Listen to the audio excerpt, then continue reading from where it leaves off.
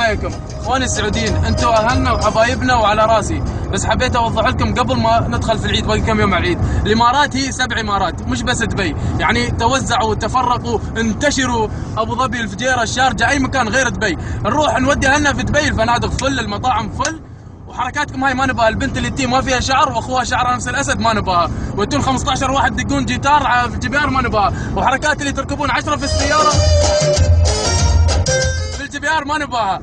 انتشروا اي مكان غير دبي، خلونا نتنفس ومالي.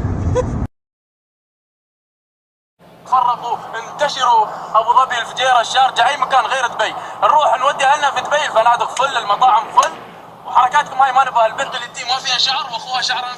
اول شيء انت اماراتي تروح تسكن في فنادق ليش؟ بين ابو ظبي وبين دبي حول 40 دقيقه، وبين كل المدن بينك 40 دقيقه. 40 دقيقه هذا مشوار عندنا في الرياض. ثاني شيء تقول السعوديه ما لها شعر من هنا واخوها بنفس شعره، انت ما لك شعر من هنا، يعني انت تعتبر انثى سعوديه. هذا اول شيء. ثاني شيء في الجي بي ار الاماراتيين يروحون يدورون خليجيات الصيعات، سواء سعوديات، كويتيات، قطريات، اماراتيات، يروحوا يدورون هناك يرقمون يستعرضون بالسيارات. الجي بي ار للاستعراض، لا تقدر تسوي فيها عندي. السلام عليكم. السلام حبيبي. بخصوص الاماراتي اللي يسب السعوديه، بالله ايش رايك فيه؟ والله صراحه ما يستحي، صراحه ما يستحي، يعني بدل ما يشكرنا ويقول ما قصرتوا تجون تونسونا، وفي الاخير يقول هالكلام. والله شوف، ترى دبي وسيله ترفيهيه مثل الحكيرلاند، اقص ساعه والعب على كيفي. على كيفي يا حبيبي. والخنبزانه بجيبها. اي خنبزانه بجيبها لكم عشان تقص ساعه.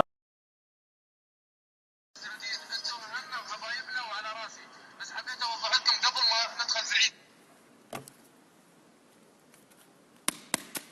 كل شيء بفلوسنا يا ابوي.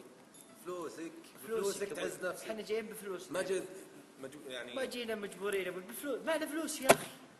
نجي دبي غير يا اخي كذا بس حق الطقطقه يا اخي، كذا كم يوم متكفل. غير عندك يا اخي عادي يا اخي بفلوسنا يا اخي.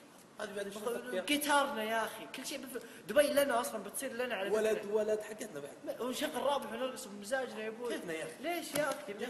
يا اخي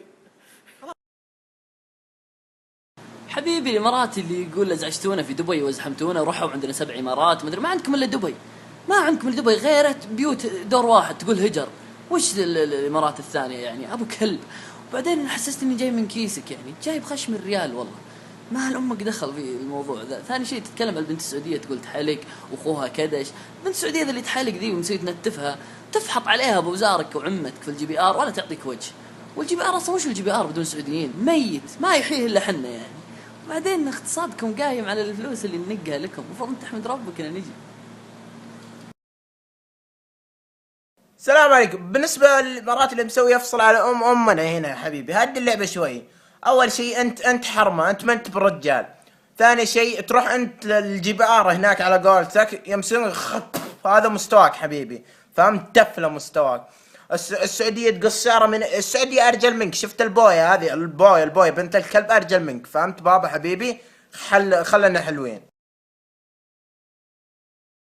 الاماراتي هذا اللي يقول السعوديه لا تزعجونا بدبي مدري ايش، ترى دبي كبر عوارضك هذول اللي حاطين. ولا عوارضك انت خيرك دبي يا اخي حارتنا اذا جو عندكم تمثل الامارات من كبر الامارات. حي لا، وش حارتنا اكبر منه؟ حاراتنا تجي تغطي على دبي وهذا، ولا لا حنا تقدر ترقصون على برج خليفه.